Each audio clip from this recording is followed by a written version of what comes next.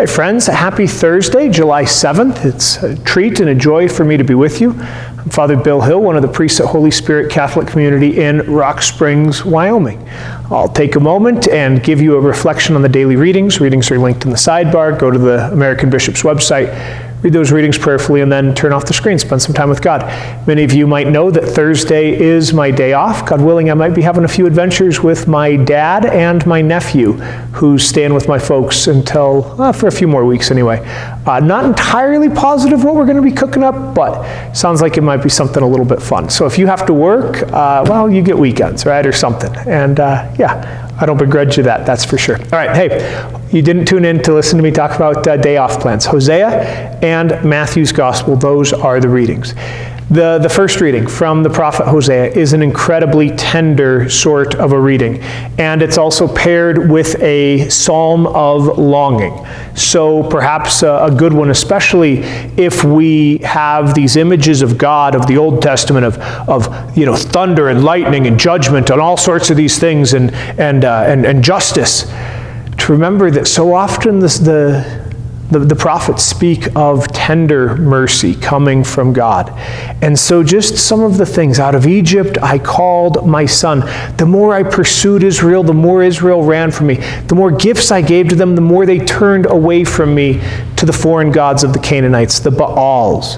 And then God calls to mind the good things that God has done for Israel, using here the name Ephraim.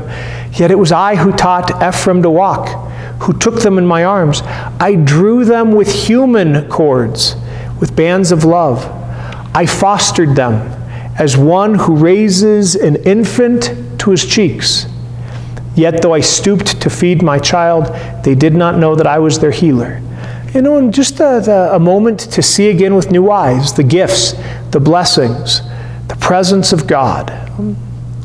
In perhaps the high moments, the spiritual moments of our lives, but also to see God present in the dailiness, in the monotony at times, in our own failures, in our own moments of growth and new life, all of it, to just see that God has been bringing us to a point of maturity and love and blessing and closeness, proximity. And then God speaks even further, because remember, the prophets so often are about calling people to return to God and speaking words of justice as well. And a generation after Hosea, the northern kingdom, the recipient of this prophecy, is going to be destroyed. They are going to receive retribution and repayment. But Hosea speaks of tenderness. My heart is overwhelmed and my pity is stirred. I will not give vent to my blazing anger.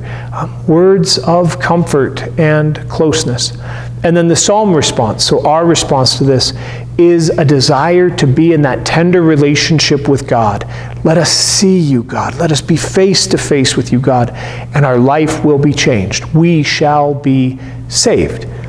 So maybe you read, maybe you pray with that first reading and call to mind God's presence in the past part of life. Maybe you pray that psalm response and just sit in that place that can be uncomfortable for us as moderns, that place of lacking, that place where we don't have what we need. And we can't just get online and order it, and we can't go out and acquire it, and we can't put it on our goal list.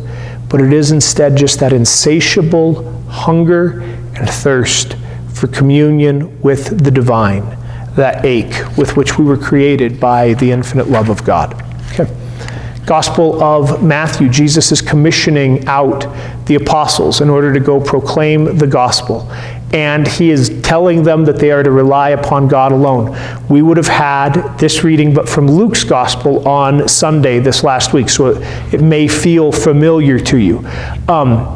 Jesus is telling them that they are to rely on God and not their own strength, right? Telling them that they are to be agents of healing and freedom and new life. Perhaps things that we as disciples missioned by Jesus can be about in our own daily life. But then do not take gold or silver or copper for your belts. Don't trust in your own ability to navigate, but instead rely on God. No sack for the journey that you might fill up with extra things that you might need. Not a second tunic.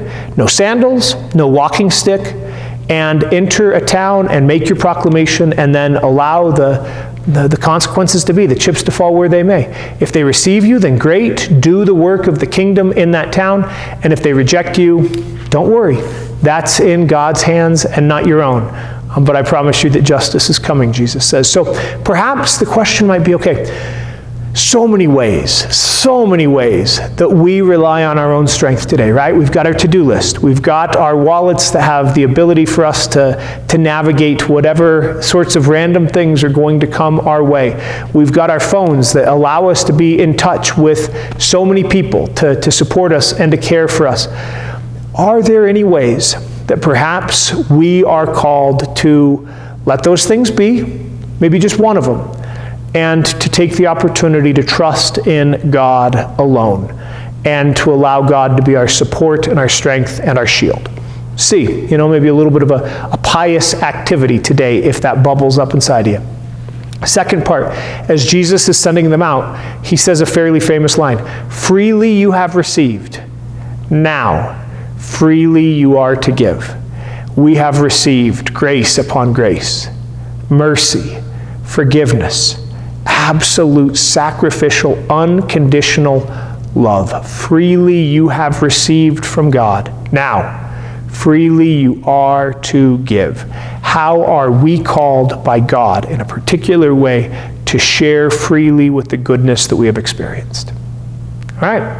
Hosea, Psalm, Matthew's Gospel, plenty of stuff there, friends. Read those readings prayerfully. Spend some time with God. Happy Thursday. God bless y'all.